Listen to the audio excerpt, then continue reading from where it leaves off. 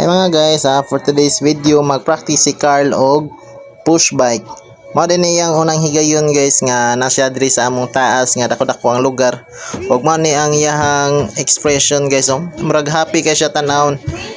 Mao ni iyang unang higayon nga na-practice siya og push bike guys.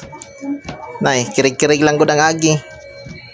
Kusog kay siya ni sige padagan-dagan diri guys sa ubos. Gamay ra mo damang lugar sa ubos, mato akong gisang gitrayan diri sa taas kay basinday.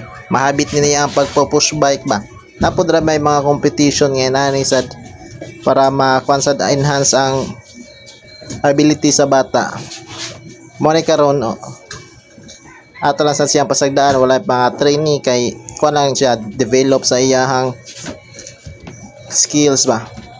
Siya ay makaibaw unsan pagliko, unsan pagpadagan aning push bike. Kaysa kung base sa akong nahibaw-an mo ni first nga mayo ihata sa bata kung mag-practice siya og bike. Wala to katong pedal, mas mayo inani push bike lang sa kay mag-balance man siya. Ug mo na karon guys onay, sige lang kirig-kirig. Yang ipangita kung unsan pagliko, unsan pagpadagan. Mara to guys, God bless.